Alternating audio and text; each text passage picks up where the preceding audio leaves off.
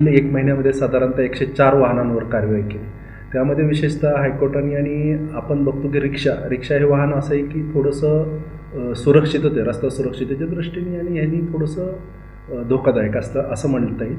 ज्याच्यामध्ये विद्यार्थी वाहतूक करणं थोडं सुरक्षेच्या दृष्टीने धोकादायक आहे. त्यामुळं तशा वाहनांवर जास्त लक्ष केंद्रित करून आम्ही कारवाई केलेली आहे. आणि त्यामध्ये मग बसेस देखील आहेत ज्यांचं फिटनेस नाही आहे, म्हणजे योग्यता प्रमाणपत्र संपलेलं आहे किंवा त्याच्यामध्ये लेडीज अटेंडंट सहवर्ती नाही आहे किंवा चालकाचं लायसन्स विधिग्राह्य नाही आहे किंवा साधं इमर्जन्सी एक्झिट उघडीत नाही आहे.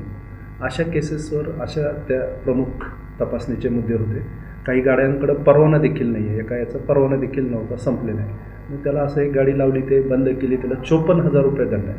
104 वाहनांवर कारवाई केलेली आहे विविध.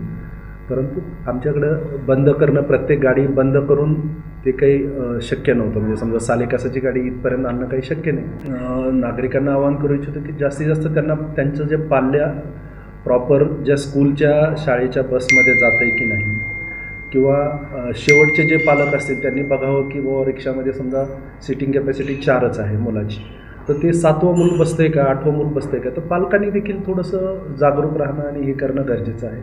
कधीतरी एखाद दिवशी त्या ड्रायव्हरला गप्पा मारून त्याचं तो नशा पाणी तर करत नाही आहे ना, हे थोडंसं आपण एक जागरूक पालक म्हणून थोडंसं हे करणं गरजेचं आहे.